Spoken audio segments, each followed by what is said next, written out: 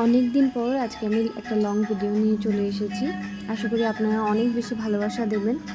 তো এই যে ফুলগুলো আপনারা দেখতে পাচ্ছেন, এগুলো সবকটাই আমাদের গাছের ফুল। এই লাল ফুল, সাদা ফুল সব কয়টা, পিটুনিয়া আরও অনেক ফুলই ফুটে। তবে এখন বর্তমান এত বেশি গরম গুয়াহাটিতে, যে ফুলের গাছগুলোর অবস্থা খুব একটা বেশি ভালো না। অনেক বেশি জলও দেওয়া যায় না, তাতেও ফুলের গাছগুলো নষ্ট হয়ে যাচ্ছে।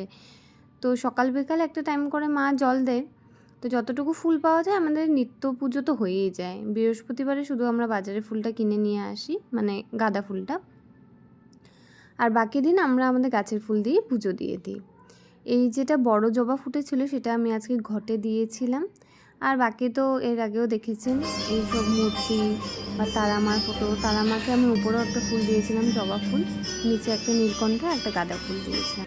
আর আমার না গান শুনে শুনে পুজো দিতে খুব ভালো লাগে, মনটা একটা অন্যরকম হয়ে যায়। আর এই তো গান শুনতে শুনতে আমি মহাদেবের মাথায় জলও ঢেলে নিলাম। ও তো গোপালের মতনই আমি ভালো করে ফুল দিয়ে আগে সাজিয়ে নিই, তারপর জল ঢালি। ব্যাকগ্রাউন্ডে যেহেতু ওয়াশিং মেশিন চলছিল, তাই খুব বেশি আওয়াজ হচ্ছিল, ক্ষমা করবেন তার জন্য। আগে আমি প্রথমেই লক্ষ্মী, গণেশ, মা কামাখ্যা এবং মহাদেবের একটি ফটো রয়েছে, তারপর বিপদনাশিনী মাকে ভালো করে সাজিয়ে নিয়েছিলাম। তারপর আমি মহাদেবকে জল ঢেলে তারপর আমি এসে গোপালকে ভালো করে ফুল দিয়ে সাজিয়ে নিলাম। আমি প্রতিদিন চেষ্টা করি গোপালকে ফুল দিয়ে সাজিয়ে তারপর জল ঢালতে, চান করিয়ে দিতে। গোপালকে আজকে একটু বেশি জল দিয়েই চান করিয়েছে আমার মনে হয়, কারণ আমার তো মনে হচ্ছিলো আজকে অনেক বেশি গরম, এই 2 দিন ধরে এত বেশি গরম দিচ্ছে। তো আমাদের যদি গরম লাগছে তাহলে গোপালের কেনই বা গরম লাগবে না বলুন। আর নর্মাল জল দিয়েই চান করিয়েছি, তার জন্য আমি আশা করি যে আমার গোপালের ঠান্ডাও লাগবে না। তারপর এই সাদা কালারের জামাটা পরিয়ে নিয়ে গোপালকে আমি প্রতিদিনের মতন সাজিয়ে নিলাম। ওই তো একটু গলার লাগানো, ওর চুল লাগানো, তারপর ময়ূরের পালকটা ওর মাথার উপর গুজে দিলাম, আর একটা তুলসী পাতা ওর হাতে দিয়ে, বাঁশিটা ওর হাতের উপর দিয়ে, বাস সুন্দর করে সেজে গেল আমার গোপাল। তারপর আমি গোপালকে আসনে বসে, গোপালের কিন্তু একটা বিছানা রয়েছে, আমি কিছুদিন ধরে এই জলচৌকিটাতে গোপালকে বসাচ্ছি। আমার মনে হয় যে এখানে পুজো দিতে, ফুল সাজিয়ে দিতে একটু সুবিধা হয়, তার জন্যই। কারণ গোপালের সেভাবে বড় বিছানা এখন অবধি আনা হয়নি, আমরা খুঁজছি। তবে ওরকম মনে ভাবার মতন তো পাইনি, তার জন্যই আনিনি।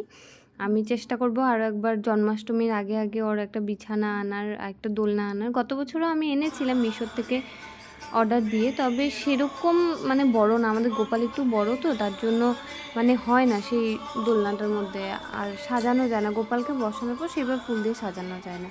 আর এই ধূপকাঠিটা না গতকাল আমাদের ঘরে আনা হয়েছে, লোবান আই থিঙ্ক নামটা ছিল। এটা স্ট্যান্ড দেবে বলে তো বলেছিল, বাইরে লেখা ছিল ছোট একটা বোতাম টাইপের, কিন্তু ভিতরে প্যাকেটটা খুলে দেখি কোনো ধরনের স্ট্যান্ড বা কিছুই নেই। তো আমি মিশোর থেকে অর্ডার দেওয়া এই শিব বাবার যে স্ট্যান্ডটা ছিল, যেটাতে আমি ওই ব্ল্যাক স্টোন বা অন্য কোনো ধূপকাঠির সাথে যে এমনি ছোটো ধূপকাঠি পাওয়া যায় ওগুলোকে রাখা হয়, এর আগেও দেখেছেন, ওইটা রাখার জন্য এনেছিলাম। তবে এটার মধ্যেই পরে দেওয়া হয়েছে, কিন্তু এটার মধ্যে দিলে ওটা বেশিক্ষণ জ্বলে না, ওটার মধ্যে লেগে গেলে পরে বন্ধই হয়ে যায়, নিভে যায়।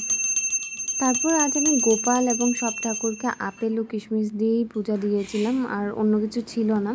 আজকে বলেছি মিষ্টি আনতে, যদি আনা হয় তাহলে আবার কালকে মিষ্টি দেওয়া হবে।